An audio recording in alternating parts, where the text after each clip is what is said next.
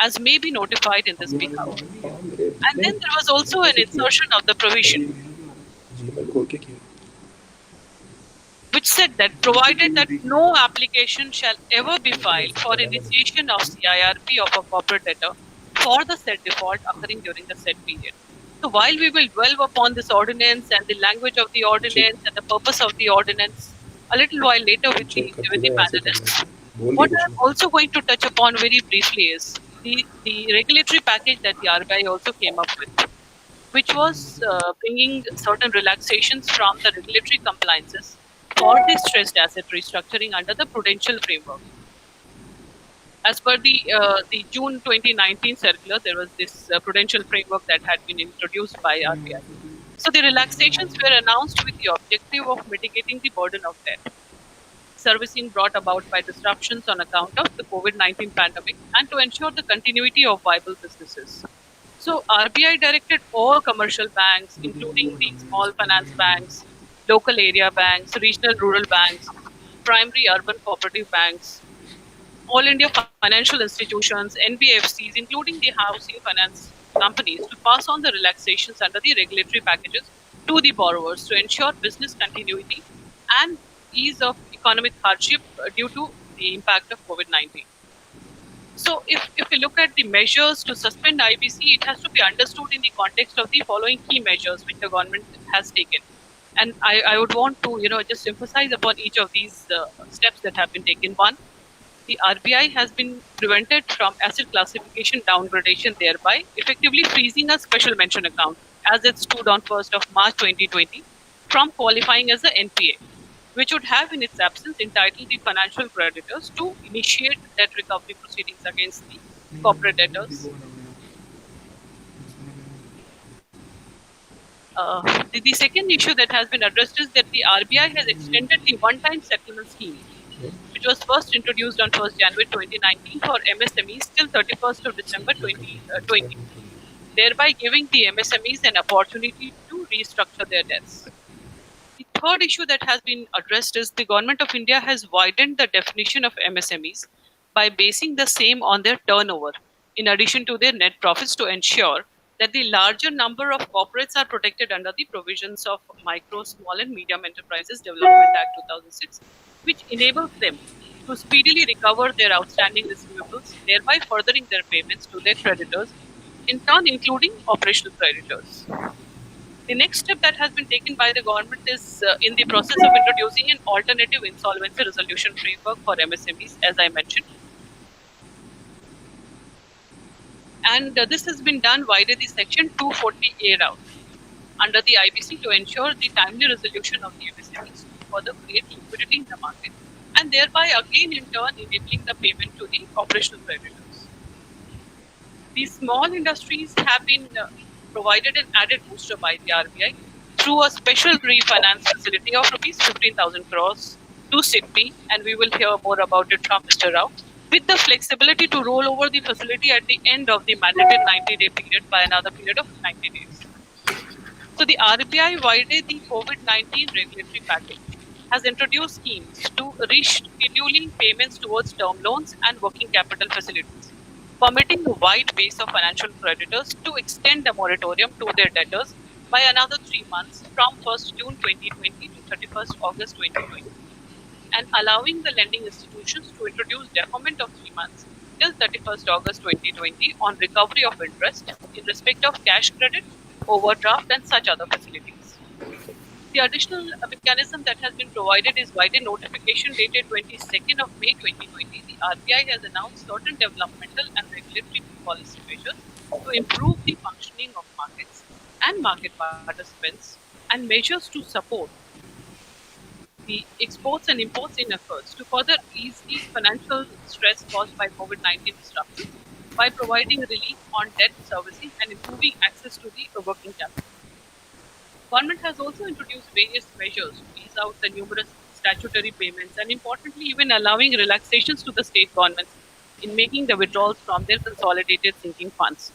So various steps have been taken by the government in the nutshell, and that much needed COVID-19 relief package and the suspension of IBC have been introduced in a bid to address and phase out the prevalent illiquidity in the economy. And to demonstrate the same, it is essential to first identify how exactly it is going to impact the economy. And to demonstrate the same, it is essential to firstly identify how exactly is it that the operational creditors would have fared under the IBC had it been allowed to invoke the debts arising out of the economic mayhem caused by COVID 19. So, in the absence of Section 7, 9, and 10, there is no appointment of the resolution professional. There is no constitution of the Committee of Creditors. There is no moratorium as envisaged under Section 14 of the Code. And the control over the assets remains with the corporate debtor and its promoters and shareholders. And therefore, we probably are going back to the old regime of the debtor in possession instead of the creditor in control, which was the intent of the IBC. So this is a worrisome situation, and it also is an apprehension that comes to my mind that maybe we are revisiting all the problems that we had faced during the Sika regime, which was hugely marred by delays. I have experienced certain matters which went on for almost 20 years in the Sika regime. So, in this backdrop, I would request Mr. Vishwanathan to give his introductory remarks and comments on how does he see the suspension of IBC and how does he see the entire IBC regime panning out in the present COVID situation. Sir, over to you for your introductory remarks. Thank you, Shweta. Thank you. Let me start from the beginning because you have started and ended with the ordinance, which has raised numerous questions. Which even I have certain doubts about how this has to be dealt with. Let me start from the beginning and let me be thankful because I have drafted many legislations during my career, but very rarely a draftsman of a bill or a code has an opportunity to explain and defend his draft before an audience because he is faceless. He goes out and then the bill or the code or the act becomes criticized and the draftsman gets the blame. But this is a very unusual legislation which I have handled, and all of you know the situation before 2016, the situation of the credit market. I will not dwell about that because the laws were not, they were scattered. There is no dedicated tribunals to deal with insolvency. So we tried to cobble up many things and bring a comprehensive law as decided by the then Finance Minister, Mr. Arun Jaitley. We brought this code and it was a great success because it was passed without any hitch. The committee, everybody supported it. And then it was enacted with a great speed, and the machinery was also put in place, the bankruptcy code. And then, I mean, every new legislation, every new law reform is bound to meet with some kind of apprehension and resistance because people who have benefited by the vested interests, vested their things, may like to resist it. But we overcame every one of them. And this insolvency and bankruptcy code is a new wave of law reform undertaken by the government in the recent times. You know that India, like any other democratic countries, law reform is not a top priority for the simple reason in politicians' thinking it may not fetch them votes. There is no systematic law reform based on empirical research. I have spent a lot of time in law commission, more than 3 years. We had lack of empirical data would hamper our exercise in law reform. But this act, the Insolvency and Bankruptcy Code, is one of the few legislations where we have data on hand. The only other few legislations where the government has data readily on hand is the Income Tax Act, the Excise Act, and the GST, where they know that how any single section or a word which affects can affect the outgo of the legislation. Unfortunately, the India Legislative Statute Book, acts of Parliament and acts of the state legislature have not been routinely undertaken to see whether how they are working in practice. Law and action studies. Upendra Bakshi for a long time has been calling for law and action studies. It has never been done. But this insolvency code changes the whole thing for the simple reason we have a committee, standing committee, and we have seen so far 3 amendments, and you can see more amendments also. And the government is ready to bring and address any situation, even if necessary by an ordinance, which they have done that right now.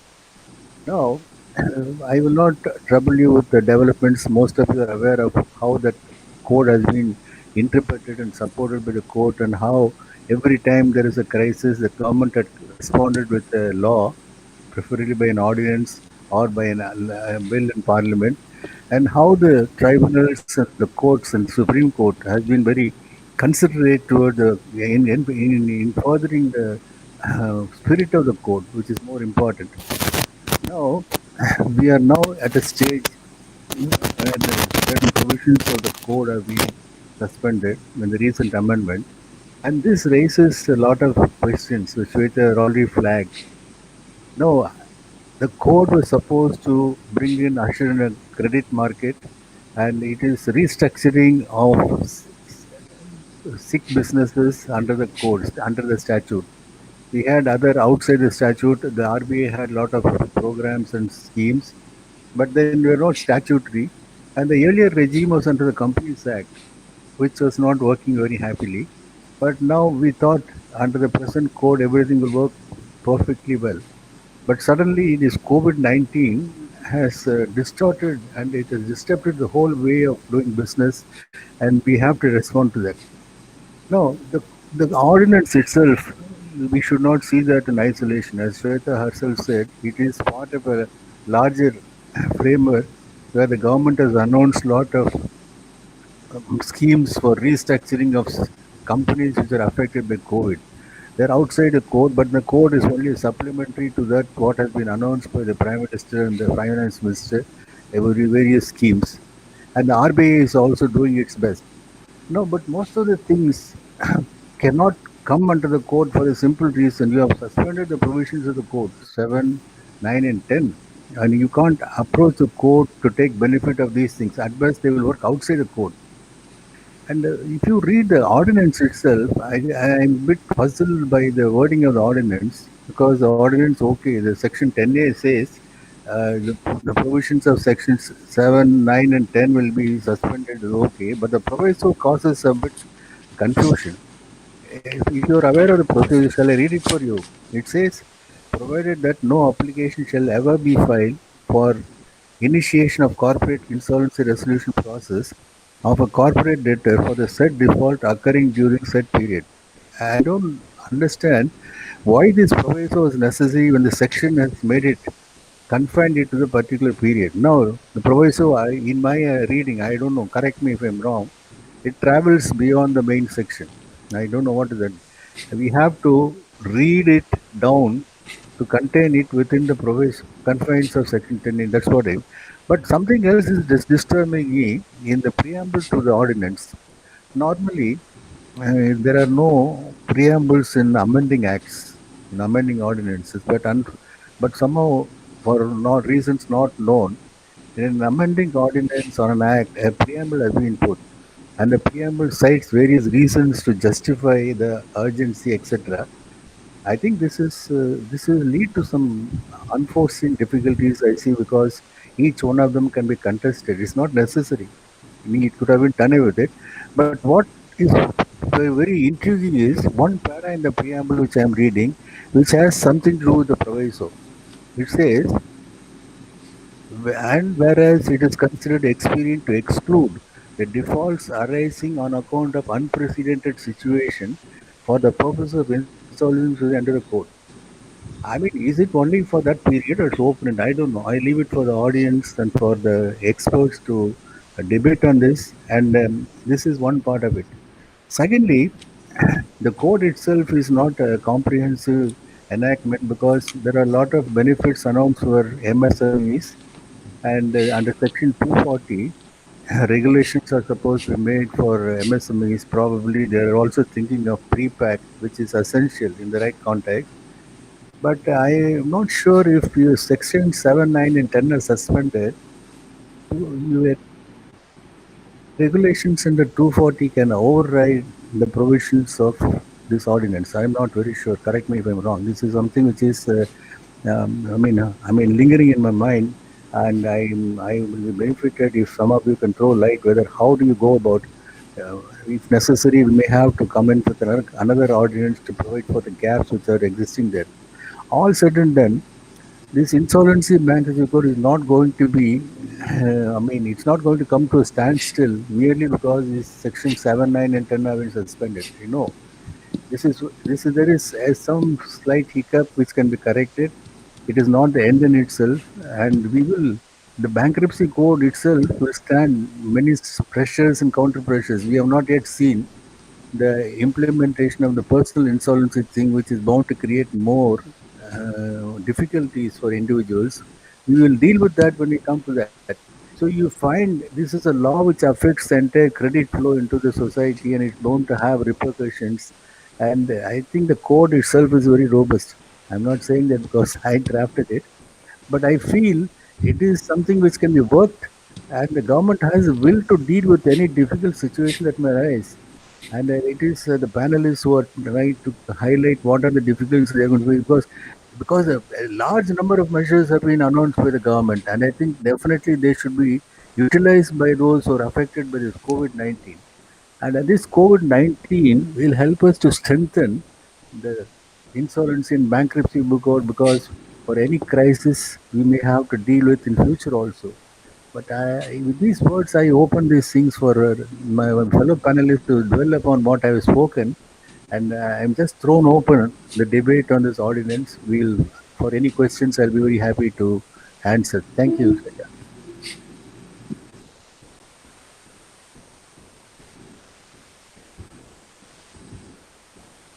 Thank you, Shweta.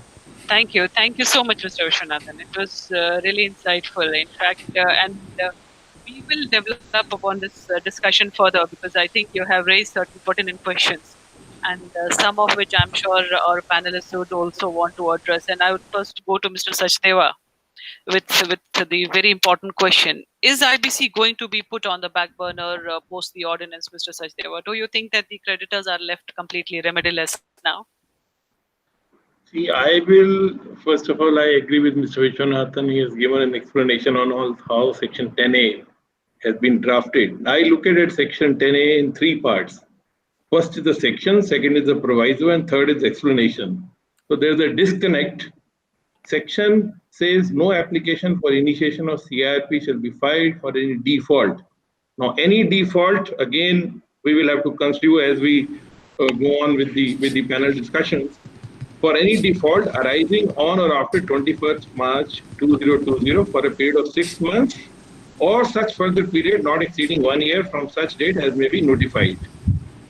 Proviso says no application shall ever be filed for initiation of CRP for the said default occurring during the said period. This part, no application shall ever be filed. Now, what we should see it is one thing to say there is a moratorium, it is other thing to say that no application shall ever be filed, which means the default which has occurred post March 25th for a period of 6 months or 1 year, whatever you take, you are completely insulated and no proceedings will ever be filed even after the period is over. So that interpretation can be taken by the NCLT and other judicial forums. Explanation says this suspension shall not apply to any default committed under Section 7, 9, 10 before March 25th, 2020. So let us now pause and see how this interpretation has to be considered. What is the meaning of default? Is it COVID-19 default or non-COVID-19 default?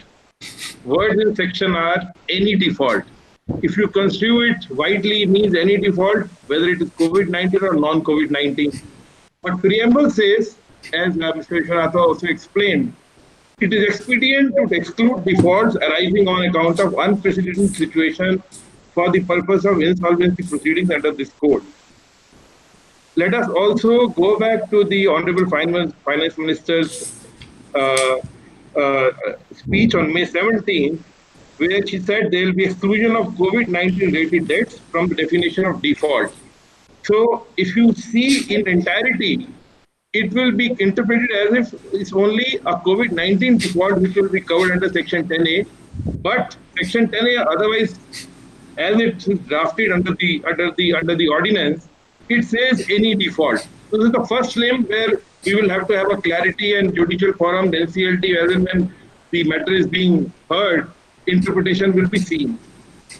COVID-19 related debt, when we have to define, during lockdown, the company had nil revenue, like somebody, hotels, airlines, industries. So those, there was nil revenues. Maybe the person will have to prove this is a debt which is arising out of COVID-19 related debt. And if you see the default as defined in section 312 of the IBC, one will have to interpret what is that COVID-19 related debt and whether that will be covered under this section 10A, which has been inserted by the ordinance. Second aspect has to be seen. Second aspect has to be seen how the proviso has to be applied. What does this mean? The word ever given, well, a word ever be interpreted in a situation where it is a blanket protection for all times to come. So as I said, it is one thing to say that there is a moratorium of 6 months or 1 year for non-filing of the application. It is other thing to say that no application shall ever be filed. So again, a clarification will be required. We don't know how this will be interpreted. Third aspect, which I am again looking at a situation, suspension shall not apply to any default committed under section 7, 9, and 10, which is the explanation provided under the 10A, appended to 10A. Let us see a situation where some installment of loan have fallen due prior to March 25th and an installment which have fallen due post March 25th, which is within the protected period of 6 months to 1 year. Now, what will be the situation? Whether proceedings for prior period can be filed, but after March 25th period, these cannot be filed. In a situation where there is a one composite loan or a credit facility, how default provisions will be interpreted when a proceeding has to be filed? Again, a question which will have to be seen as we move on. Fourth aspect, and I look at what is the date which will be considered to be the date from which the period of 6 months will be counted. Is it from March 25th or is it from the date of default after March 25th? Why I say so, proviso is the provision reads as under. For any default arising on or after March 25th for a period of 6 months or such further period not exceeding 1 year from such date as may be notified in this behalf. So this date aspect again will require a clarity. Is it from March 25th or is it from the date of default after March 25th? So I think with the 10A, unless the government comes out with a clarification or there's an interpretation which is given by the NCLT or other judicial forums, there is an ambiguity, and this interpretation may go either way. So I think this is my first thing about the 10A. I go to the, I think, Matrican, you can ask the other panelists to give their views on this aspect. Sure, sure. In fact, I would turn to Mr. Rao now on this because the ordinance has specified that IBC will be invoked for insolvency resolution for corporate debtors for the running defaults till 24th of March 2020, but not for the amount that will be accrued for 6 months on and from 25th March 2020 onwards. So this is sacrosanct with the exclusion from the claim amount of any amount that may become due from the date of initiation of the insolvency resolution process in the usual process of the submission of claims to the IRP. And has it in fact also been noted in one of the judgments I remember of NCLAT, this was in 2018, in the Exim Bank's case, where in fact they had taken note of this fact and that in fact had mentioned that ensuring accurate computation of the amounts due and the amounts that were defaulted before 25th March is therefore a very crucial factor. So a major concern that will remain with respect to the willful defaults by certain corporate debtors, which is likely to occur post 25th of March 2020. And despite the said corporate debtors not having been impacted by the economic onslaught of COVID-19. So for operational creditors, while it will be necessary to identify how to bifurcate the defaults against which the operational creditors may proceed against the corporate debtors and which defaults are now suspended by the ordinance, especially in cases where running accounts are maintained and delay interest is calculated. So this will be one challenge that I see. The other that I wanted to ask you, Mr. Rao, is what will be the effect of ordinance suspending the filing of new petitions under IBC by the financial creditors as well as the the impact on the corporate debtors?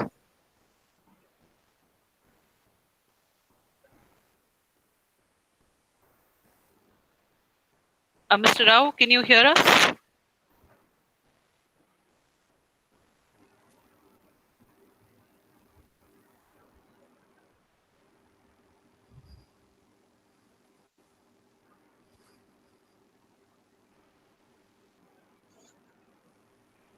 I think it is taking some time for him. He's not muted, but for some reason. Yeah, Mr. Rao, can you hear us? I'm able to hear you. Okay.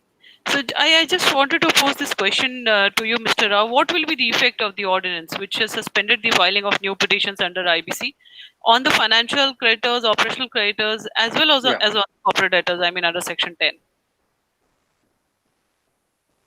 Right. Good afternoon, Seta, and good afternoon to all the co-panelists and the audience. The situation which we are in requires us to have a different relook at how the insolvency code is traveling. In fact, if we recall, around 3.5 years back, all the excitement was about insolvency code and GST. These two legislations have evoked a nationwide whatever positive responses and other responses. But one thing has happened, insolvency code and the GST, is that these legislations have come to stay. And after the passing of the insolvency code, the response that it has evoked amongst the lawyers fraternity, amongst the business people, and amongst the resolution professionals is something worth remembering time to come. We have seen a spate of petitions being filed both by the operational creditors and by the financial creditors. The excitement has reached its crescendo, and we have seen several amendments which Dr. Vishwanathan has already spoken about, and several judicial interpretations, and side by side, the speed with which the regulations were made by the Insolvency and the Bankruptcy Board of India also made the journey of insolvency code too exciting for any person watching over the developments in the code. How come suddenly we are in a situation where the code has been suspended, especially in respect of filing the petitions after the defaults have started, after the defaults that may occur after March 25th of 2020. The times we are in now is not the times of 2016. 2016, we were actually in a situation of and trying ways to reduce the performing assets. In fact, if I remember correctly, around 11 to 12.5 lakh crores of non-performing assets were sharing in the system.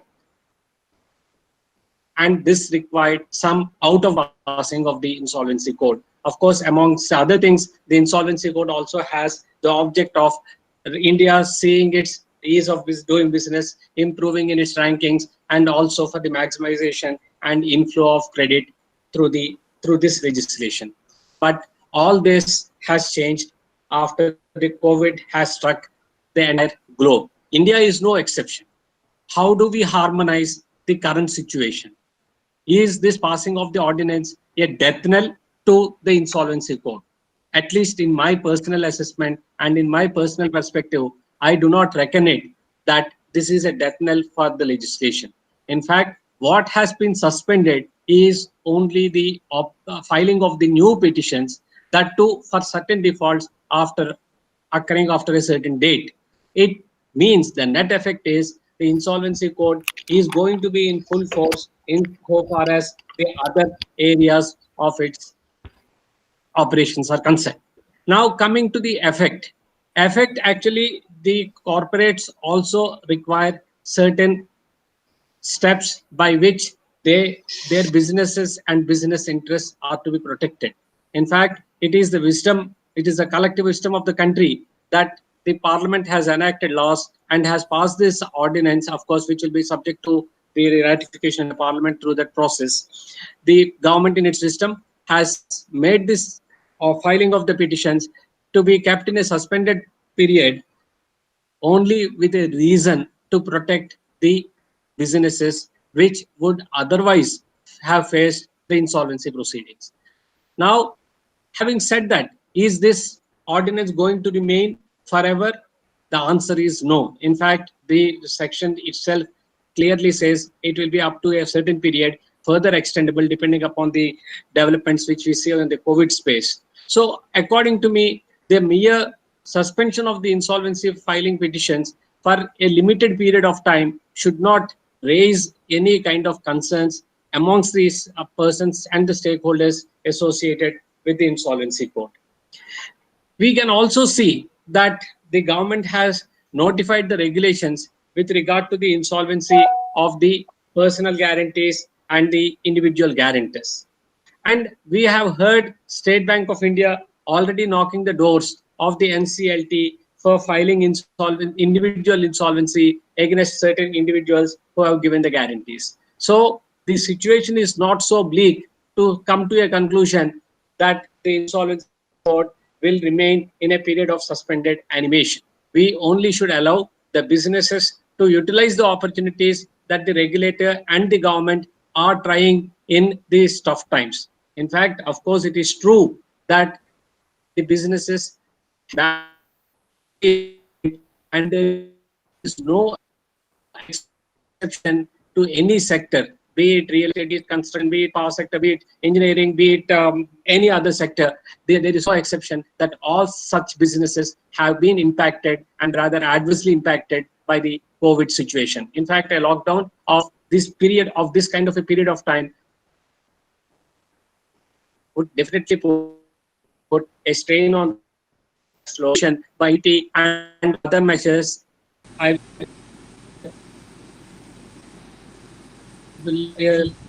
speak a bit about that a bit later. These regulatory and amendments by which the problems have been kept in abeyance, I think it is something which is the need of the hour. It is not something that we need to see it with any kind of pessimism, but I believe require this kind of a protection at this point of time, and that is the reason, and perhaps that is the intent with which the government has moved and gone ahead with the passing of this order. With regard to the financial service providers, at least my understanding is it is the same as other businesses. In fact, the financial services providers who also have to get their cash flows are likely to see their cash flows getting under strain because of the default that may occur by their debtors. In this kind of situation,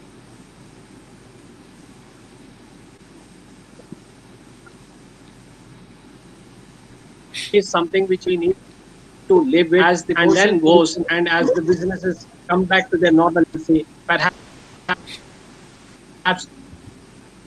we will come back to the same situation as to the situation where we were prior to the ordinance being passed.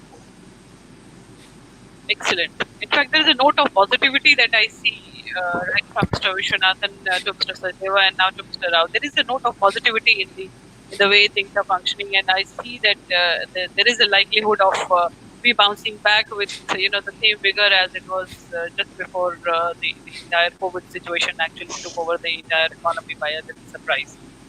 Now, Mr. Malhotra, there is another aspect, which is a little practical aspect of this whole issue that I wanted to touch upon with you, and that is what is going to be the specific test of bifurcating the defaults which are attributable to COVID-19 from the other defaults.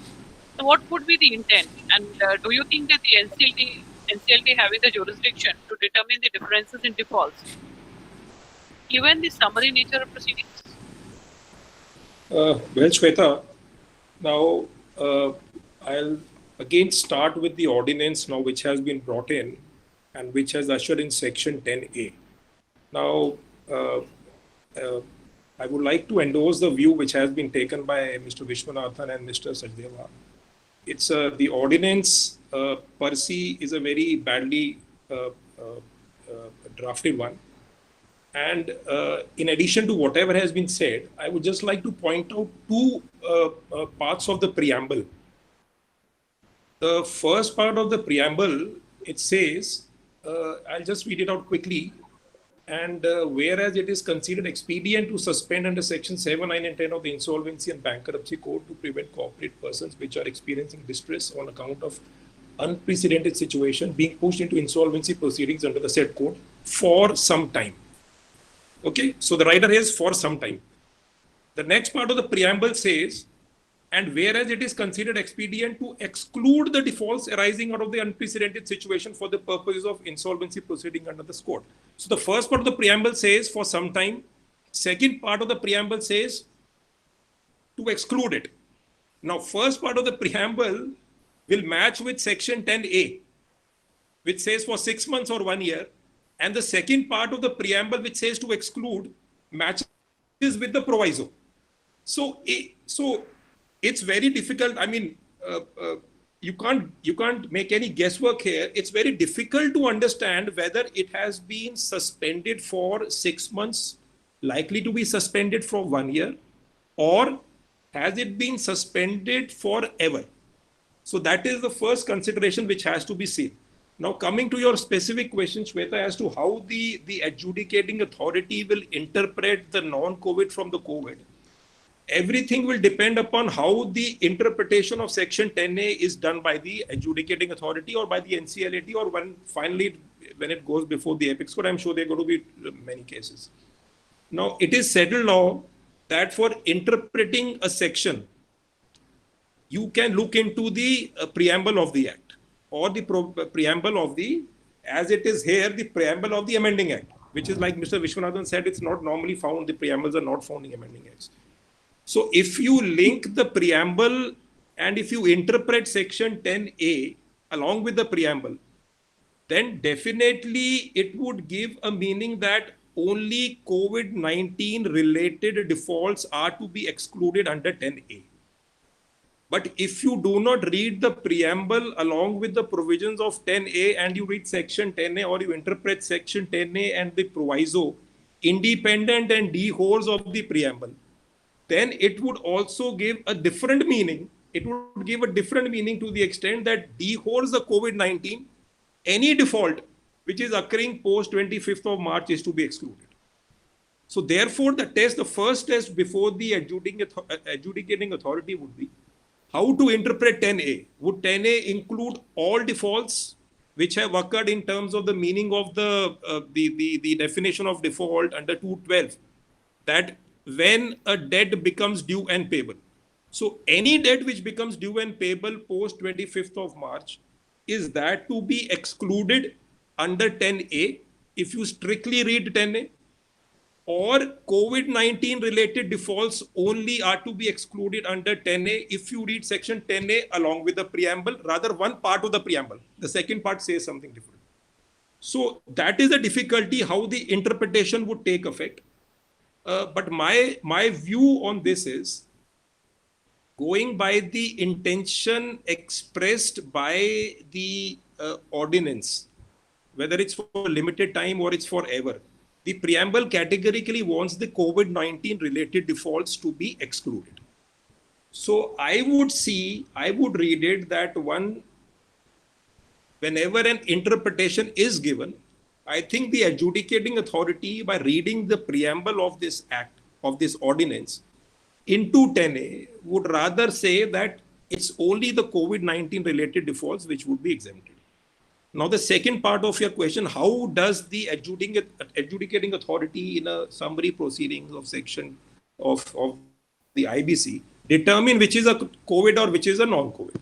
Because essentially it would depend majorly on the financial position of the company, whether it had the means to pay or not. A debt had arisen, whether they had the means to pay or not. So what would be the defense? Essentially, what would be the defense? Now, the issue would be, there would be cases, going by what your query is, that somebody will file a section 7 or a section 9 even for this period. So my answer will proceed on the assumption that for this period also there would be some application filed under section 7 or section 9. Then the adjudicating authority will take a call whether how to interpret section 10A independently of the preamble or with the preamble. And then if they have to distinguish between COVID-19 related defaults and non-COVID-19 related defaults, depending how they interpret section 10A, then essentially they would have to see under the summary procedure, if we go back to the judgment of Mobilox of the Supreme Court, what the corporate debtor has to show would only be that the defense being shown by him is neither illusionary, neither it is moonshine. So if he can somehow show in his defense, either by way of his balance sheets or his annual returns, that yes, see, on this particular date, I had no means to pay, and therefore I am covered under the COVID-19. Under that summary procedure, the adjudicant authority might even at that stage reject the application. So I think this is how the adjudicant authority will proceed. One is the interpretation. The first and foremost will be the interpretation. If the interpretation is, yes, it is limited to COVID-19, then how to differentiate between the two would be how the corporate debtor raises his defense. And even if the defense is, if it's not moonshine or totally sham or illusionary, going by the judgment of Mobilox, his defense can be accepted and the application can be rejected. But what happens in cases of running accounts which are being maintained by the organizations? How do they deal with this kind of a situation in that kind of a circumstance? Well, Shweta, in cases of running accounts, obviously the debt or the default, we will presume that it continues beyond that period. So if that continues beyond the period and beyond the stipulated period, and if the default occurs beyond the stipulated period, then obviously the default would be there. The only issue will be whether that default occurs within that period, number one, whether that default is related to COVID-19 or not. If it is related to COVID-19, then there is an exclusion, whether it's temporary or it's permanent, that is something different. In cases of running accounts where the accounts are going beyond the defaulted period, in that situation, the default will still continue, and then beyond that period of 6 months or 1 year, then you can still take your remedy. But whether the amount which has occurred during the period of the default, whether that is to be considered or not, that would have to be seen. Now, Pravesh, coming to you, and with your experience of dealing with CIRP for a company amongst the first 12 companies, which was the Dirty 12. So, and with so many amendments thereafter to strengthen this code, how do you see this ordinance? And do you think that it is going to impact the big dream of the government of India to make IBC a successful tool for restructuring or revival of the business? Yeah, thanks Shweta, for seeking this. My views on the Dirty 12. So on the Dirty 12, certainly, I always tell those are not the Dirty 12. So those are the first initial 12 companies which has given a good exposure not to the companies but to the regulator also. I remember the time, Shweta, when I will take just 60 to 90 minutes on the history of this concept when we have been referred during my tenure with Denko, we have been referred to NCLT for initiation of CIRP. So I remember when this code has been introduced in sometime in December 16, so bankers were not so keen to take the companies to CIRP. So it took around 6 months to take the companies to CIRP, even after the intervention of RBI when they came with some criteria that the companies with a loan of 5,000 crore and then default for more than 1 year, so those companies to be referred to the insolvency. So we were among those first 12 companies which has been referred to the NCLT in the month of June, July of 2017. So we know that we have a total debt portfolio of around 50,000 K at that point of time, and the company referred to NCLT or CIRP was the holding company of the group and with a exposure of only 8,000 to 10,000. So it was not the intent of the government to maximize the value of the company which is debt return, so that new resolution applicant can come and take over that company. So with this intent, we have represented ourselves with the government regulator, like the referring this company like us to CIRP will not serve the purpose or will not achieve the intent of the IBC, because we, as a holding company without any asset except the investment in the group companies, will not find any resolution applicant with such a big debt on that company. So we suggested at that time, why don't you proceed with the group insolvency? So that was, at that time, it was a new concept of group insolvency. So, but it was not a part of IBC, has not been initiated at that time. So you have seen the result of that, like at the group like Lenco and the other groups with a subsidies of 10 to 15 subsidies companies with 50,000 crore of exposure. So most of the companies has been referred to insolvency at different point of time. So different point of time means we could not achieve the intent of maximization of the value at a group level. So each companies were independent one way or the other on the other companies. So at a different level, and the cross holdings between the company at a different level, referring to CIRP did not achieve that intent. then government relies, as Mr. Vishnath has rightly said, that we have struggled on those issues, and all the time government came with the different amendments and ordinance to bring all practical issues on board so that we can achieve the intent of the code. So still promoters were happy to go ahead with that, and all promoters, not only one company, but all promoters were trying to revive the companies, and before IBC and after IBC also. So any revival scheme which we are discussing under Companies Act 230 now, so it was happening before IBC. After referring to CIRP, those revival schemes were on hold. So there was no next step for those revival schemes. Bankers have taken the step to take it to CIRP. Then promoters were trying to bring some new investor in the system. Then 29A came. So after 29A, so all promoters were out from the system to bring any resolution plan for those companies, that hidden companies. So in fact, welcome step by government at that time. So 29A, because most of the promoters with the same company, same promoter, same assets, but with a haircut of 50 to 90%, they will be continuing with the same. So that was a welcome step at that time. Then I think now there are discussion in one of the judgment, the group insolvency concept has also been introduced, that why don't you bring that group insolvency so that we can maximize the value of the company. So coming to this, so government was always trying to to have their intent to maximize value. Coming to this ordinance of 10A, where we are discussing the interpretation of 10A, they have strictly came with the ordinance that no further proceeding under section 7, 9 and 10. And one of the preamble which we have seen, among the other preamble, one preamble says that the intent of bringing this ordinance is that we will be unable to find the appropriate resolution applicant for the resolution of those stress assets. So where the intent is not finding the resolution applicant, and then bifurcating is before COVID and after COVID. So if before COVID CIP will be initiated, then you will also not find the resolution applicant for those companies. So my say on that is, like, typically it should not be before or after. If you are holding, so COVID-19 is an unprecedented epidemic that we all are facing challenges on that.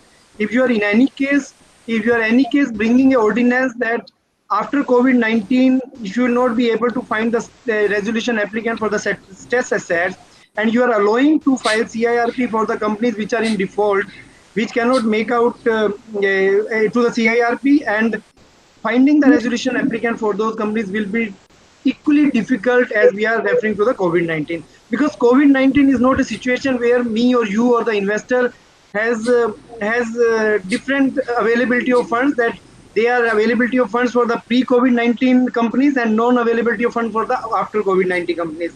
So at this stage, bringing this ordinance was good.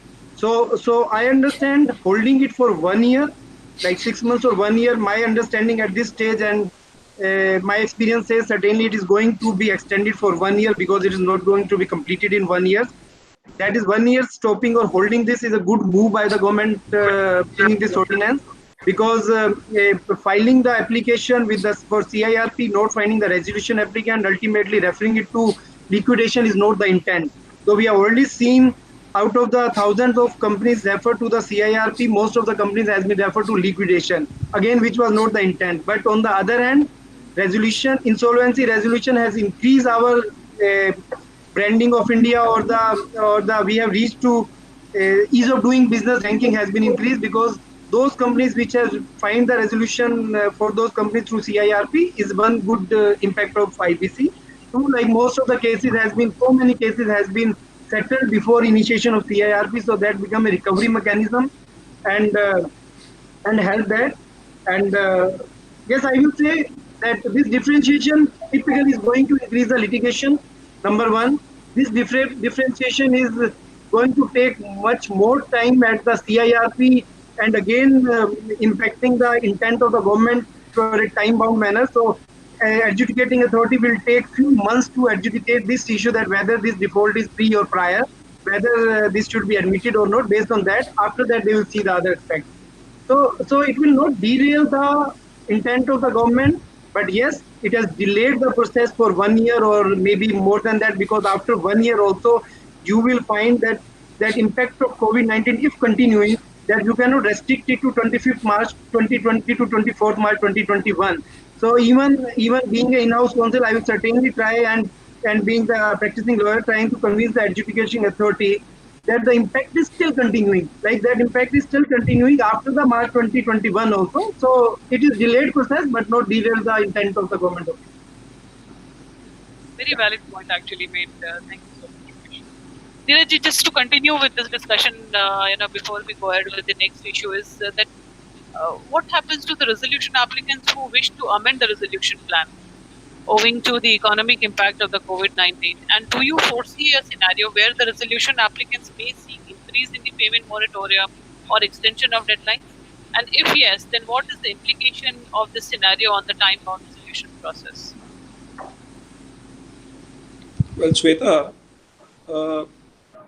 let me just take it forward like this. The Insolvency and Bankruptcy Board has amended the regulations pertaining to the insolvency resolution process by inserting Regulation 40C, where they have excluded the period of the lockdown for the purposes of calculating the period of the insolvency resolution process. Similarly, we have the Insolvency and Bankruptcy Board of India regulations which pertain to the liquidation process, where they have also, by inserting a particular regulation, I think it's 45F or something, they have excluded the time which has been the lockdown period for the purposes of calculating the timelines which have been framed under the liquidation process. Now, secondly, there is no inherent powers under the IBC code, unlike the inherent powers which are exercisable under the Companies Act in terms of Rule 11 of the NCLT rules. Now, a resolution applicant who wishes to amend his timelines or extend the period of payment, there is no provision under the IBC code or any of its regulations which provides for such a measure. Recourse to inherent provisions is not possible because the Supreme Court in Lokhandwala Constructions case and Uttara Foods has categorically held that the NCLT rules, Rule 11, which that only applies to the Companies Act. It doesn't apply to the IBC code. Therefore, the IBC has no inherent power to allow such a extension of time. But recently, we have seen a case before the NCLT Ahmedabad on 27th of May in the case pertaining to the to Digjam. I think everybody would have heard of that company. It's an SK Birla Group. In the case of Digjam, an application was moved by the resolution applicant wherein it requested for extending the timelines for payment to the relevant persons. And the NCLT Ahmedabad on 27th of May with its order has allowed that application which has been filed by the resolution applicant and granted it extension to comply with the payment timelines which were there in the resolution plan. So in effect, what the NCLT has done is it has approved a revised resolution plan which has been filed at the instance of the resolution applicant, taking into consideration the COVID-19 situation. Now, I haven't had the opportunity to read the entire order, but apparently what the NCLT Ahmedabad has now said is that even with the extension of the timelines to pay the required creditors under the resolution plan, it doesn't change the scheme of the entire resolution plan. So now under what provisions has the NCLT Ahmedabad exercised this jurisdiction is something to be seen. But it is definitely in the right direction that somebody who has been impacted, and most of the corporate sector today has been affected by this COVID-19. So it's a step in the right direction. Under what provisions they have exercised this is something different, whether it will be challenged or not. but they have done it. So this is the case. This is the first case apparently of DIGJAM where the application of the resolution applicant to amend the timelines has been allowed. Now your second part of your question, Shweta, is that what effect will it have on the deadline? Definitely, it will increase the time frame, whatever was fixed under the plan.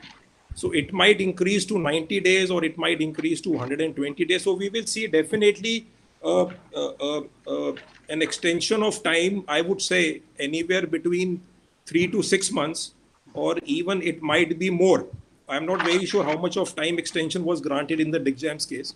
But this is the first judgment which has held that yes, a resolution applicant can be granted extension of time in meeting with the deadlines. So we see an additional timeline, I would say, if we take on a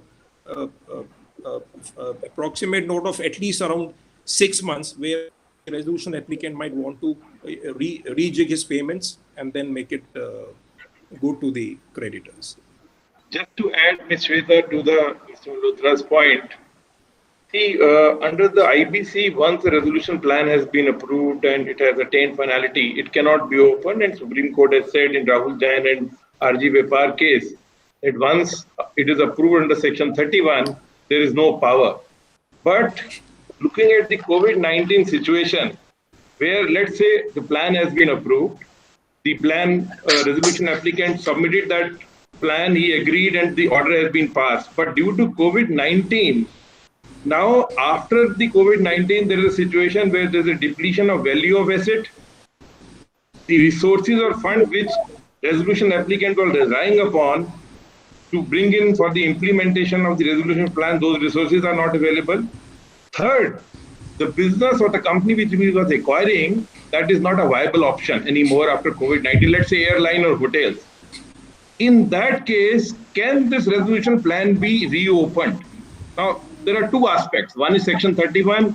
Another is, I believe, Section 74, where criminal prosecution can also lie against the resolution applicant if he is not implementing the resolution plan. But if we see the powers, and there is a Section 65, Section 60, subclause 5 of IBC, where I believe applications can be filed by resolution applicant citing these grounds that post-COVID-19. And there's a Rule 11 of the NCLT rules where inherent powers are with tribunal, and those powers can be utilized to reopen the resolution plan. And I think resolution applicant can go citing these COVID-19 conditions. Lastly, Supreme Court under 142 article can always look into this issue afresh and say, yes, now this can be implemented in Amtech Auto. Amtech Auto is another case where Supreme Court exercises jurisdiction discretion, and that plan was reopened and there was a fresh offer for resolution. This was just to add what Mr. Malhotra said. In fact, very valid. And so what I also additionally wanted to understand is, can the resolution applicants, and we foresee a situation where the resolution applicants are now going to cite force majeure like condition or frustration of contract? Maybe Mr. Sachdeva, you can respond to it, or Mr. Malhotra can respond to this issue.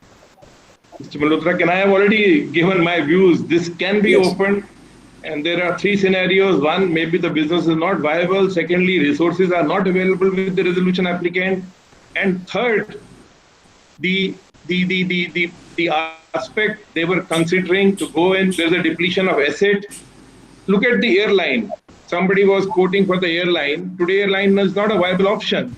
So obviously, you will have to go back to the NCLT and say, I am not considering anymore to go in for the implementation of the resolution plan. But again, we will have to see. Mr. Malhotra has cited one judgment of the DIGJAM case. I am yet to see that order. But if that is so, I think there will be applications which will be filed before the NCLT reopening the resolution plan. Yeah. In JP, I'm told in JP Group, even the resolution plan is being reconsidered by which was submitted and agreed by NBCC on certain aspects. We will have to see how it has to be dealt with by the NCLT and maybe the Supreme Court.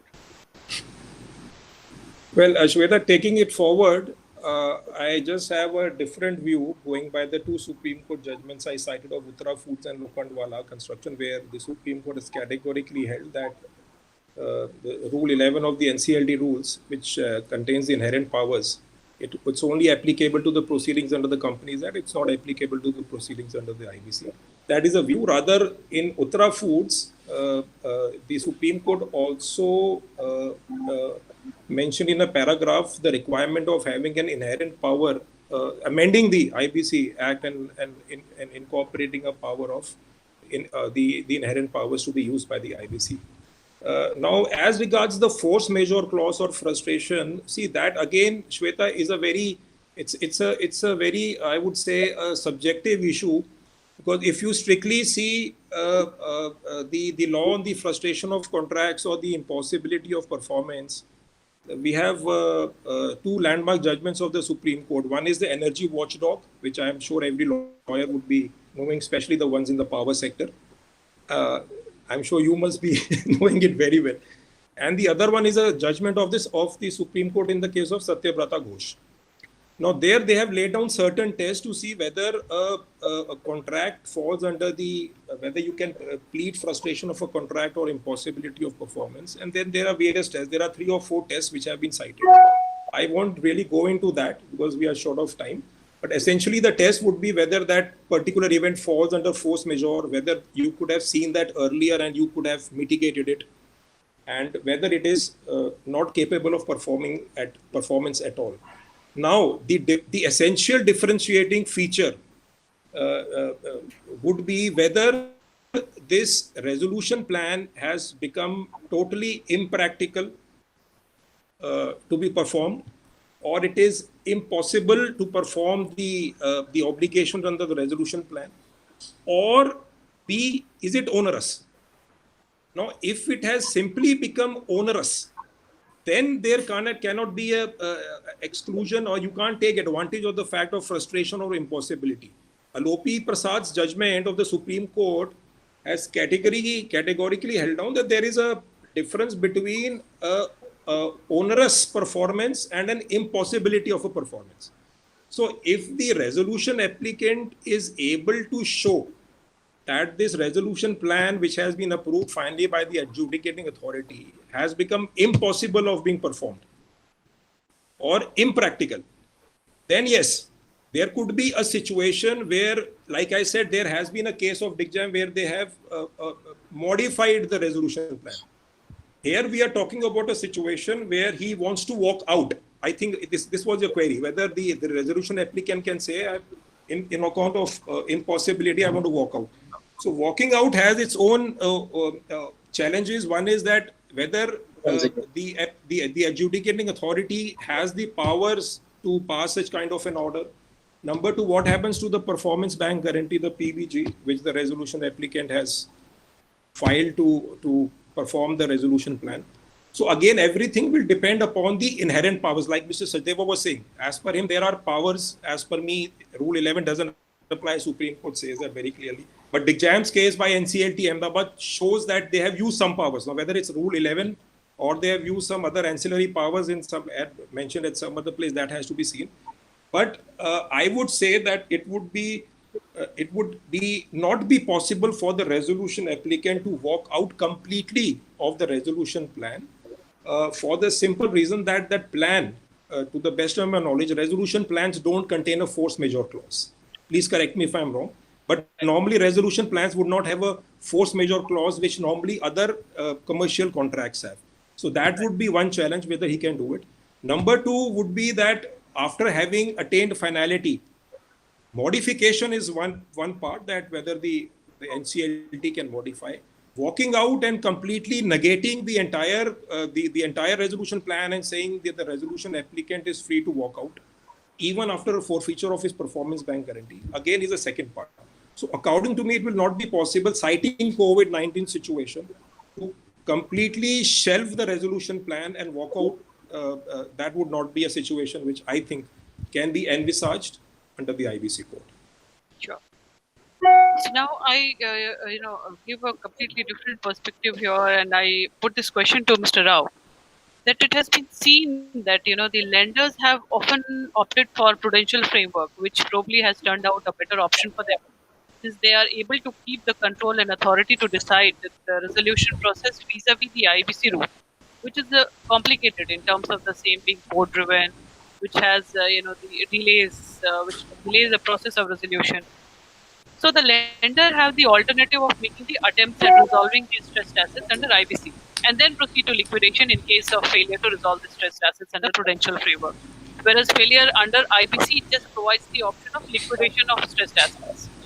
So, do you think that the stimulus package which has been raised, which has raised the threshold limits for initiation of insolvency under the IBC proposed to exclude COVID-19 related debt from the purview of definition of default for triggering in insolvency and suspended filing of fresh insolvency proceeding up to 1 year, making the prudential framework a preferred method for resolution of stressed assets? And in your considered view, do you think the lenders may opt for prudential framework for the accounts which are stressed during the suspension period of the IBC? And are the regulatory packages as provided by RBI adequate to take into consideration the concerns of the financial institutions?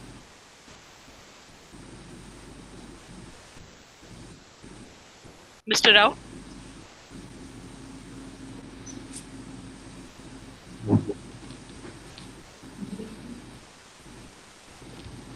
There is still a problem with his network.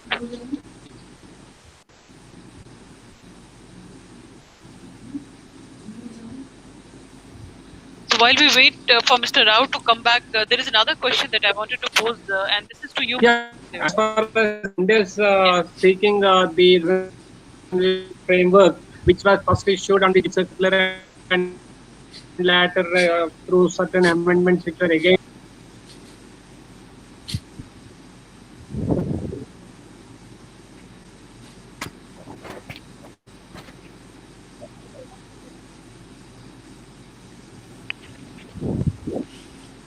You have gone on mute, Mr. Rao. Yeah.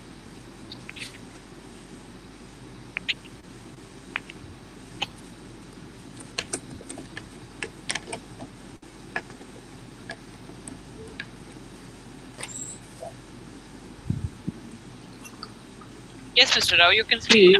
actually, what we need to keep in mind is the continuous effort being made by the government of India to inject liquidity into the system.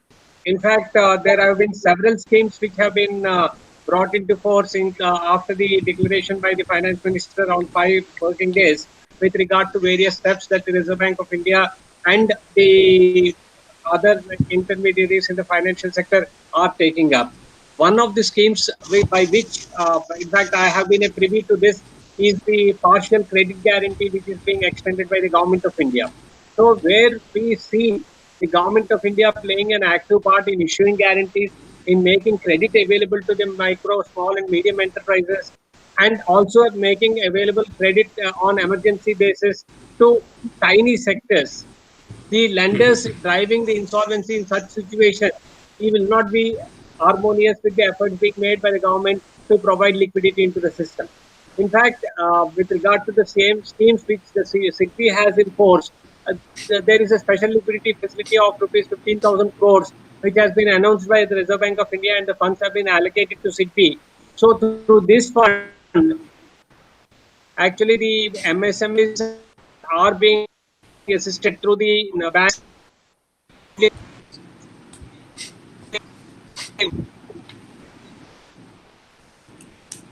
What is required at this point of time is a supportive hand from the lenders. If the insolvency petitions are filed, ignoring the ground realities of the liquidity efforts being made by the government of India, then we will have situations going in 2 different directions. One, the government trying to bring in liquidity and help the industries, and on the other hand, the corporates facing the insolvency proceedings from their creditors. So we are having extraordinary times before us.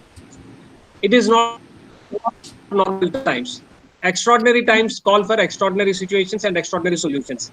When the regulator is announcing several to ameliorate the conditions of the micro and medium sector enterprises, it is quite but natural that the lenders also play their decisive part in extending their helping hand. Of course, it's not a case pleading for saying that defaulters should be treated with kid gloves for all the time. It's not the situation. Where the defaults go beyond the COVID period and the regulators are also aware that they have not exempted any kind of defaults before March 25th.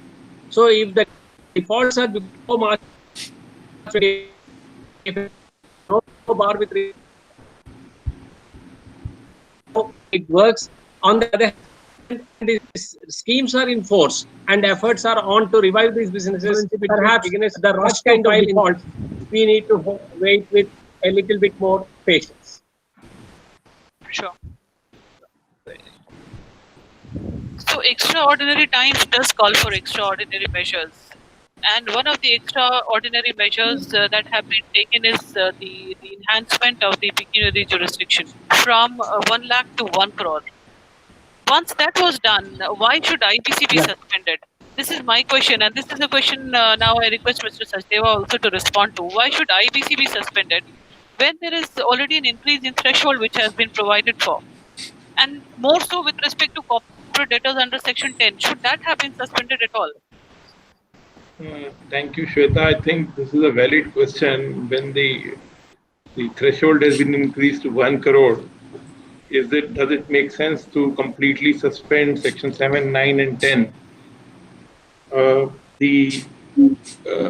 While they have the act, the ordinances act has been suspended, IBC Section 7, 9, and 10 has been suspended. But there is nothing which prevents the bank or the other creditors to take alternate remedies. They can move the DRT, they can they can invoke SARFAESI. Now let's take the financial creditors. If financial creditors have to be seen, they can always pursue restructuring arrangement schemes like one-time settlement. Mr. Malhotra described that part. They can go under scheme under Section 230 of the Companies Act. There can be an intercreditor agreement in accordance with the RBI circular dated June 7, 2019, which you referred in your opening remarks. They can file an application against the debtor before DRT under the SARFAESI Act 2002. So this is regarding financial creditors. Even if we say Section 7, 9, 10 are not available, these are the alternate remedies they have. But let us talk about the corporate debtors. Corporate debtors, if you have taken away their rights by ordinance for initiation of insolvency process under the code, they may also avail other remedies like voluntary liquidation under the code or a winding up mechanism under the Companies Act. Third category comes the operational creditors, and operational creditors, nothing stops them for filing a recovery suit under the Commercial Courts Act or taking a remedies under the MSME Act or filing an Order 37 suit under the CPC, or if there's an arbitration clause, they can always go to the arbitration. So what are we looking at? If you suspend 7, 9, and 10, and other judicial forums or remedies are available, the creditor, instead of going to the NCLT and going under the provisions of the IBC, will go for the alternate provisions. Now, what was the aim and objective of the IBC? Rationale of IBC was preservation and maximization of value to keep the company as a going concern. Today, when we have suspended 7, 9, and 10, question is whether there will be preservation of asset, because the asset, which is, let's say, companies deeply, there is a continuing loss, continuing the default. Now, bank cannot enforce. Suspension of interest or principal amount is there, but has it been taken away? Answer is no, which means 1 year down the line, the value of the asset, which will significantly come down. And if it is going to come down, there will be few takers. Tomorrow, if you have to go for the sale of the stressed asset. So idea of the IBC was the quick sale of the stressed asset, which was very much required under the IBC. Suspension of right is not the remedy. That is what my view is. And preservation of assets should have been made possible. So today, what are we saying? We are saying valuations cannot be done. Moratorium cannot exist. So if a company which is a stressed asset cannot continue its function, cannot continue its operation, 1 year down the line, the value of the stressed asset will it be depleted? Who will be the takers? I think this is the key question, which according to me has to be seen. So while the threshold limits have been increased, etc., but complete suspension is something which is not in the interest of the stressed asset. That is my view, and I welcome the view from Mr. Malhotra. Maybe he can also give us his side of the story on this aspect. Yeah, Neeraj, do you have any Yeah, different? my view is let me just answer it in two parts. One is that it's not that it's only part 2 which has been suspended. As regards part 3, the it goes on as before. So part 3, we have the individuals, we have the partnerships, we have the personal guarantors to the corporate debtors. So that goes on. Part 3 goes on, and we have recently seen, as I think initially it was told, that SBI has very recently, I think 2 or 3 days back, invoked the personal guarantor, the personal guarantees of a corporate debtor, and it has initiated proceedings under part 3. So it's not that completely the IBC has been suspended. Yes, this part 2 has been suspended. As regards the suspension of section 7 and 9, Mr. Sachdeva has given a exhaustive list of alternate remedies which can be availed of. I don't even need to deliberate on that.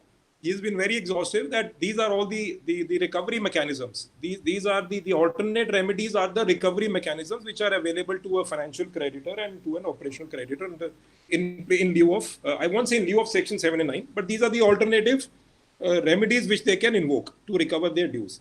Yes, as regards section 10 of the suspension of section 10, I am completely in agreement with Mr. Sachdeva that there was no reason, there was no logical or cogent reasoning to have suspended the provisions of section 10, which is basically a voluntary insolvency process.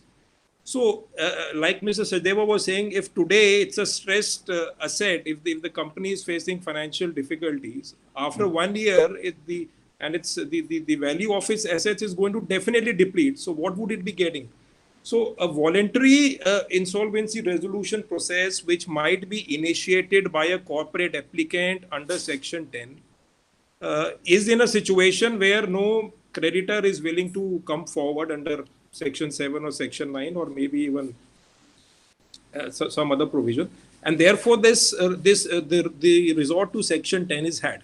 And we have also seen in various cases that normally a section 10 application is filed by the corporate applicant for genuine reasons. Although there is a provision under section 65 which provides for a dismissal of an application which is vexatious or malicious or frivolous.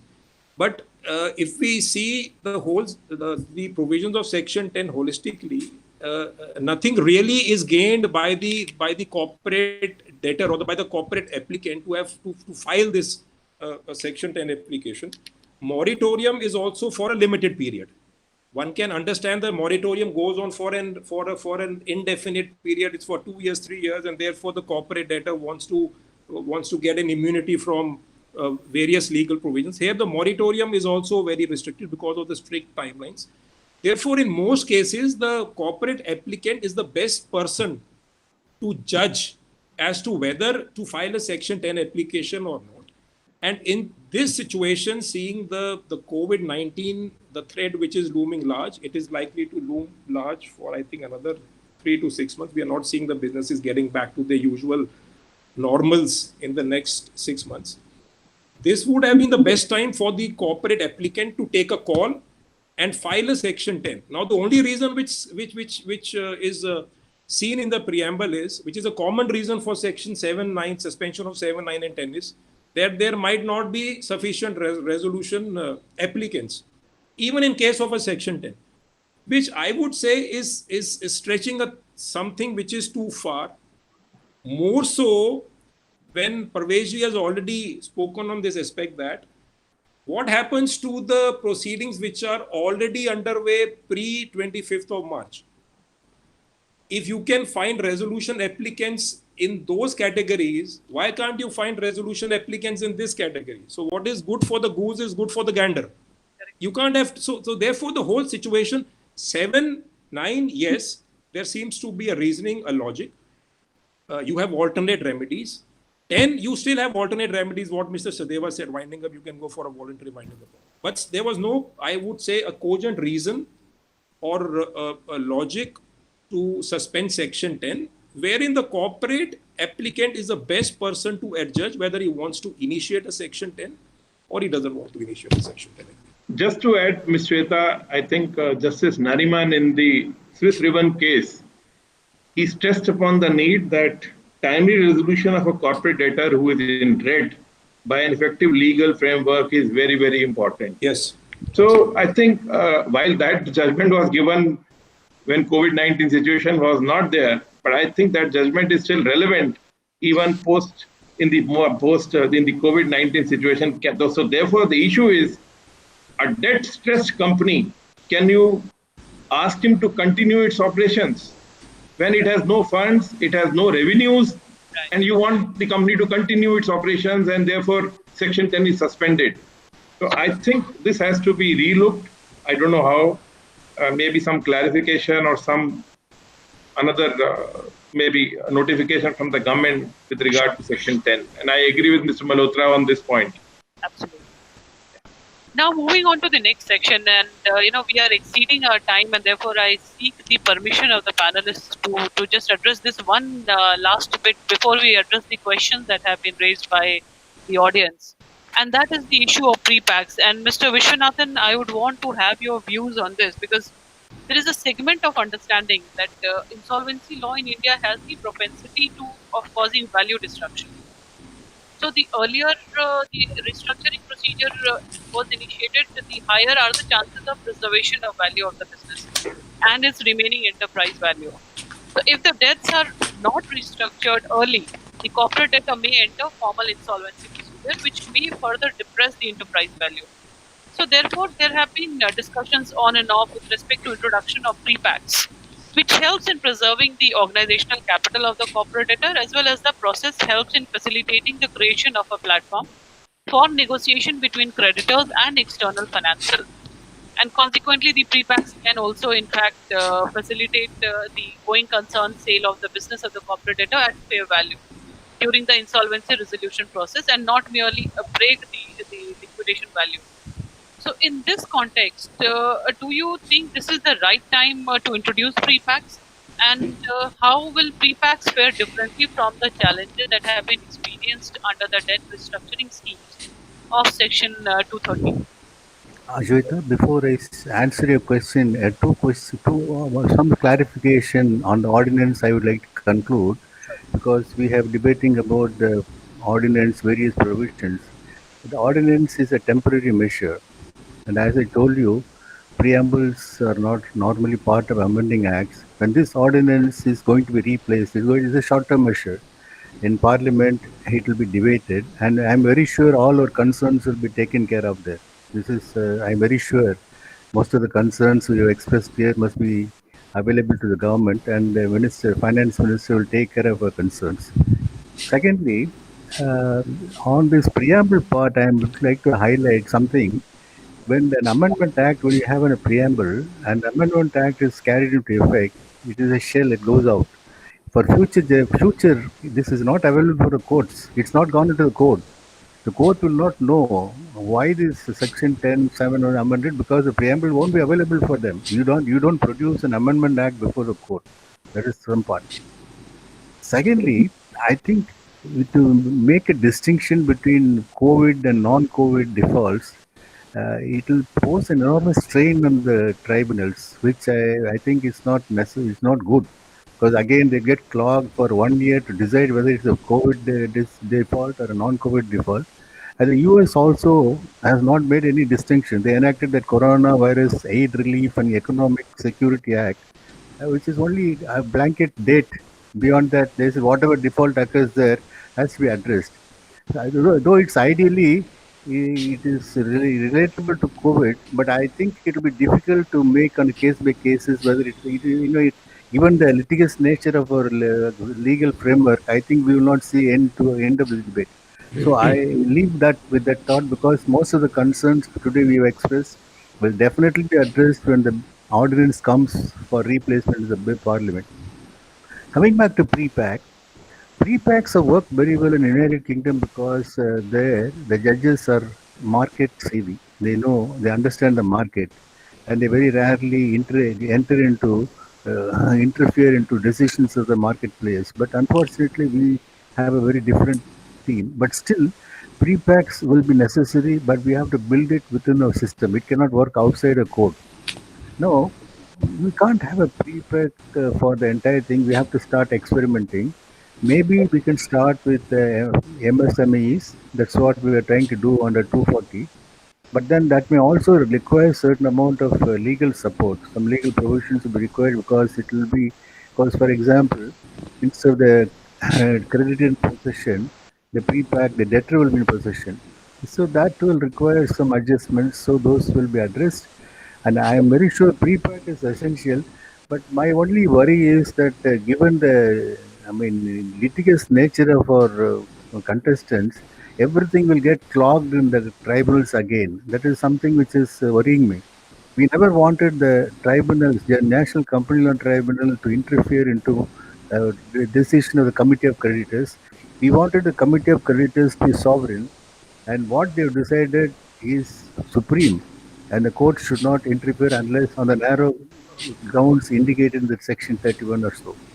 So I think pre-pack is necessary, but we have to move very cautiously, and we have to move sector-wise. Pravesh, that is very rightly said. Feedback would offer additional benefits. Sorry, Shweta, your voice is, yeah. Yeah. So, as Mr. Vishwanathan has very rightly said, that pre-packs would offer additional benefits, and it would enable the corporate debtors and financial creditors to negotiate and agree on a plan to resolve the insolvency of the corporate debtor with the prospective resolution applicant. How do you see it panning out, over a period of time? Do you see there to be advantages of having the pre-packs? And do you think that it is going to be, more expeditious, more efficient than any other mechanism like debt restructuring or something? Yeah, Shweta. In fact, Mr. Vishnatham has given his views. So I would like to, with his permission, I would like to add, because he's the legislator writer.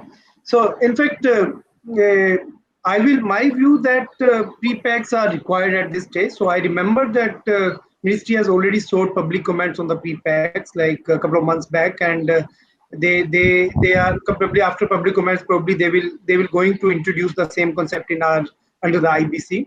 So what struggle we are facing, or what challenges we are facing under the IBC, which can be covered by the pre-pack scheme to be introduced by, like in the IBC, certainly the intent is maximization of value, but when the company is admitted under the CIRP, its value is always down. So after admission, you will see the value immediately reduced to a much reduced, because it is admitted under CIRP, and always the investor finds CIRP is a mechanism to buy the company at a reduced, much lower value as compared to what it should be. That is number one. IBC process, though, is a time-bound process, like 14 days NCLT has to admit, and 180 days to 70 days. But in most of the cases, we have seen that guidelines are not being implemented, and certainly it is taking much more time that is envisaged in the Act. Third, like most of the companies admitted under IBC, IRPs and CIRP, IRP is taking over the control of the company. IRP being a new person, we have seen the business of those companies are generally not going as a going concern. Like on papers it is going concern, but we have seen the reduction of the numbers of turnover and the business of those companies. For IBC process is not a cost effective, I will say, as compared to pre-packs, which we'll discuss now. So it's a big cost we have to bear, and the IRP coming into the system, he's spending a big money on the consultants and on the legal costs, which otherwise it should not be there. And like IBC cases under IBC for CIRP is a big burden on our tribunals also, adjudicating authority also. So prepex, let us understand prepex, like prepex which you told that the debtor and the creditors are discussing before initiation the CIRP, they are reaching to a conclusion and then implementing the same without going to the CIRP under IBC code. So if that has been introduced, like government has, the discussion is on three front, like IBC is on the pre-packaged insolvency resolution, pre-arranged insolvency resolution, and pre-arranged sale. So if we touch on this three part, pre-packaged insolvency resolution, where IRP is appointed, he invite before he invite a resolution from the resolution applicant, they reach to a conclusion and then go to NCLT for their like adjudicant authority for their finalization on that. So if that happens, so there is no need to find the buyer after admission of IRP, because that will reduce the cost. Before that, the solution is there. So if NCLT or the adjudication authority is authenticating that, so that will be applicable like a CIRP process we are having today to the creditor and the all stock stakeholders.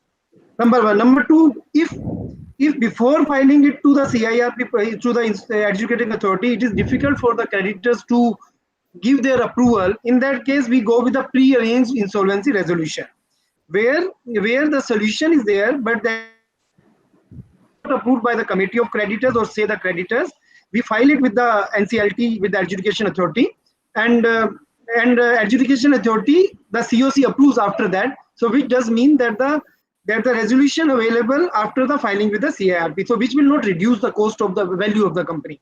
And the pre-arranged sale, where the IRP is, I understand IRP is giving the full power to find the resolution applicant and proceed with that, which I understand in a scenario like Indian industry will be difficult for us, because giving that power to IRP is a new profession in India, like it's not a settled profession. So giving those power without the intervention of adjudicating authority will be difficult. So we have seen that the pre-packed are much prevalent in the US and the European countries, where at one point of time 1/5 of the cases were through the pre-pack solution. And if my view is that if we bring that pre-pack solution in India, it is certainly to the answer of your previous question, suspension of 7, 9, and 10. Probably it will be answer to the section 10 suspension also, like the creditors and the debtors can meet and find the solution. Again, 29A will be a big challenge in this, like, because otherwise we are not allowing promoter to take over the company back. Whether 29A kind of situation will be there in the pre-pack also, like the promoter will certainly be interested to take over the company, but whether that's the second challenge with us. Third will be coming to, like, it is certainly going to help us to bring the early resolution, cost effective, going concern basis, and will help to bring the more FDI into the system, and which I understand will certainly strengthen the Indian economy as a whole. So it's a welcome step which is comes. So certainly, like, through this forum, if we are going to represent to the government, like through HNS, like we can certainly give a positive view that this step should be this should be bring out in the system. Where the other aspect I will try to touch this, that probably the pre-packs will be more on the debtor focused rather the creditor focused IBC concept in India. So that's my view on that. Thank you so much, Praveen, for this insight. And now moving on to the questions that have been posed, and two questions that I find to be relevant to discuss here. One is to Mr. Vishwanathan. Sir, do you deem the government will achieve the goal to address illiquidity through suspension of IBC, especially in view of challenges faced by operational creditors in recovering debts? No, I think suspension of these sections will not pose a great hurdle. They are supplemented by a host of other measures which they will definitely complement this. And as I told you, this ordinance is only a temporary measure. When it's being replaced by bill, finance minister will be very much aware of the concerns expressed with various stakeholders. I think I'm very sure this will be taken care of. There's no need for any alarm on that count. And second question to Mr. Rao, what is the relief for MSMEs? And the latest ordinance, coupled with the increase of minimum threshold of default from 1 lakh to 1 crore, adversely impact MSMEs?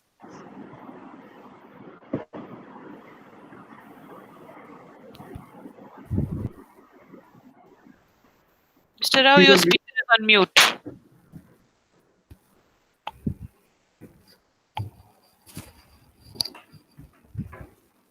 No, I can't hear you still. Still muted.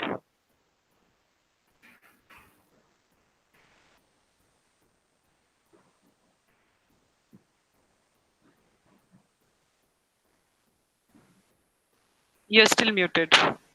Muted. Yes, now I Is can. it audible now? Yes, yes. Yeah, yeah. As I was referring to the earlier discussions, wherein I was referring to the announcement of several schemes by the Reserve Bank of India and the Ministry of Finance with the object of providing liquidity. Actually, the MSMEs are being provided lot of relief in terms of cash flow and also in terms of the guarantees which are being extended by the Government of India. Actually, there is one particular scheme called as partial credit guarantee, which is being actually implemented with the banks purchasing the assets from the MFIs and the NBFCs, and for which up to 10% that have been purchased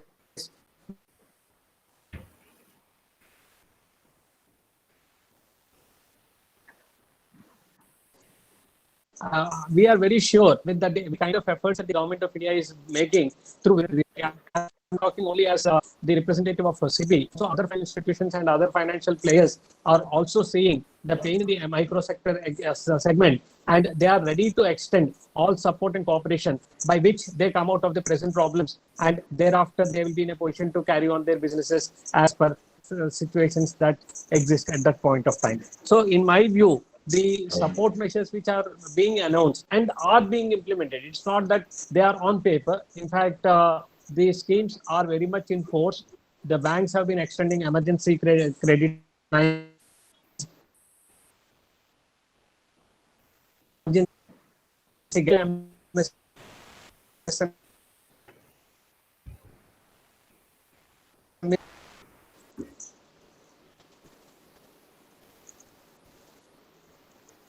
So this is the last question that I'm going to pose to all the panelists, and this has been raised by Mr. Jyoti Chaudhary with so many amendments, and now suspension of the code. Will such non-stability have adverse effect on the credibility of this legislation, including among the overseas investors?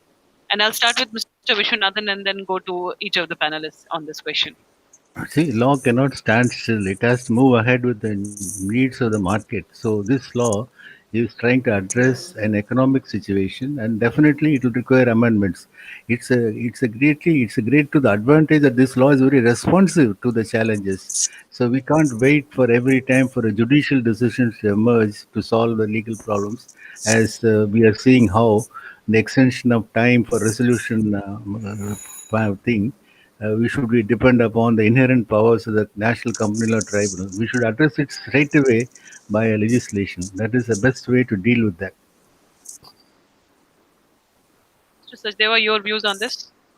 There is a varied interpretation which I think we are going to see in times to come, particularly how 10A has been inserted, as Mr. Vishwanathan explained. While we are relying upon preamble, there is a discussion going around on the preamble part. When court is going to interpret or NCLT is going to interpret, there will be only amended sections. 10A will be there will be no preamble, and we will have to rely upon the preamble part. Secondly, if we see the definition of 10A, there is no prohibition in initiating the proceedings, insolvency proceedings against the personal guarantor. The question is, there could be some corporate who are personal guarantors for another company, group company. If the proceedings start against them, what is the benefit of this COVID-19, whatever we are talking about, section suspension of 7, 9, and 10, where instead of proceeding against the corporate debtor, straight away the banks will be proceeding against the corporate guarantor. So there will be a mix of all this. In times to come, we will see many litigations going around, and matter will be going from NCLT to Supreme Court. I think I look at it as Section 10A, where we will require some kind of a clarification. So that's my read. Mr. Rao, your comments on this? Yeah, absolutely. I don't think this will be an obstacle, as overseas investors would be liking to look at it. In fact, even within the domestic community, I feel that insolvency legislation has evoked a lot of positive response amongst all the stakeholders with whom the insolvency code is associated. The mere suspension of the proceedings for some point of time due to extraordinary circumstances is not a signal to anyone that the insolvency code is going to be weakened or it is going to be diluted. So I'm afraid whether I would be in a position to agree that the code is going to be destabilized by the amendments which have been announced. Mr. Malhotra, your view on this? You're on mute, Mr. Malhotra. Yeah, you're muted. Well, I would also say that this amendment or this particularly this ordinance would not in any way affect the credibility of the IBC. Now, the query was in relation to various amendments. So even if we look at the ordinance suspending section 7, 9 and 10, or we look at the other amendments which have been made where the threshold limit has been increased to 1 crore, or where the time period for the lockdown has been excluded for the purposes of calculating the timelines under the insolvency resolution process and the liquidation process. See, all these pointers are towards a situation which is unprecedented, unusual, and it's spread across the globe. So it's not a concern only of India. It's a concern which is global in nature. That is one. Number two, this suspension is obviously of a temporary nature in the sense whether it will be a period of 6 months or it will be for a period of 1 year, but this is for a restricted period. Number three, besides these amendments which have been carried out in India, Mr. Rao, can I ask you to keep your phone on mute? Yeah, please. Yeah. Just mute it so that. And thirdly, besides these amendments which have been carried out in India, we have seen a lot of amendments being carried out in European countries also. To give an example, even in Australia, the threshold limit I think has been increased, which was initially of $2,000. It has been increased to $20,000. So it's not that something which it's something which has happened. These amendments which have taken place is unique to our country. These amendments have taken effect. Various amendments have taken effect across the globe. You take the Asian countries, you take the European countries. So I don't think it's going to affect the credibility. Yes, it could have been certain provisions like we discussed. Certain amendments could have been avoided. But overall, I would say, yes, taking into account the prevalent situation in the corporate sector or in the financial markets or even in the industry, it's a well thought of a decision, maybe not very well executed. Right. In fact, Germany has also, temporarily suspended their obligation to file. Yes. There's a whole list of countries who have done, and most of the countries have suspended it. That's right. I mean, there's some amendments or the other they have brought about in their insolvency laws. Correct. But they've done it. It's not only unique to India. Sure. Pravesh, your last minute thoughts. Yeah, so on this aspect, I will answer it quickly in two ways, like from a business point of view and from the legal point of view. So from the business aspect, I will take this amendment as a part of packages introduced by the government of India, because they are trying to save those companies which are stressed, which are unable to pay. So because of COVID-19 has come, their future ability to pay has also been reduced. So they should not be referred to IBC, reason being that they otherwise can revive and continue their business, and this COVID-19 problem should not bring them to insolvency. So from business side, it's a package given by the government to safeguard those companies. On the other side, we are the lawyers interpreting word by word and full stop and comma, because we are lawyers. So, and certainly these issues will be a challenge in court, because the interpretation which we are discussing certainly going to increase the litigation. So coming to the question that it will impact our credibility, I will say no. But yes, lawyers will have more work on this, and the business houses have to face that challenge or to deal with these issues which we are interpreting now at this stage. With that positive note, Shweta, just one more thing. I just want to another thing which I would like to address here now, since the issue of credibility of IBC has come in. See, the Supreme Court has now interpreted in the case of the company which is into liquidation, there are now judgments to the effect that even during liquidation, the adjudicating authority can take recourse to 230. So it's not a case even where if a company has gone into liquidation, still the NCLT and NCLAT has given them time to take recourse to 230 during liquidation. So what we are seeing here is, besides the code, which I would say is when it was brought out, it was an excellent piece of legislation. It still continues to be. But even the interpretation being given by the NCLAT, if you take the judgment of Swiss Ribbons, if you take the judgment of Committee of Creditors of Essar Steel, they have held that even during the liquidation process, the liquidator can sell off the concern as a going concern, and even resort to 230. SC Sequence case in NCLAT has said during liquidation, it has said that we are giving you 90 days time to take recourse to 230, and in case you arrive at an arrangement, then the liquidation will not take effect. So look at the interpretation also. It's brilliant, and it's definitely in tune with the preamble of the IBC code. So I don't think the credibility can ever be affected. And that is something which I would agree with, that the of section 230 is definitely a viable alternative to IBC.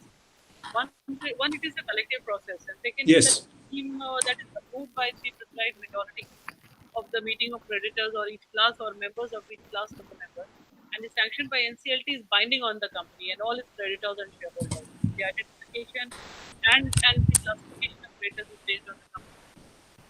I think this definitely is a definite option available to us, availing of jobs for the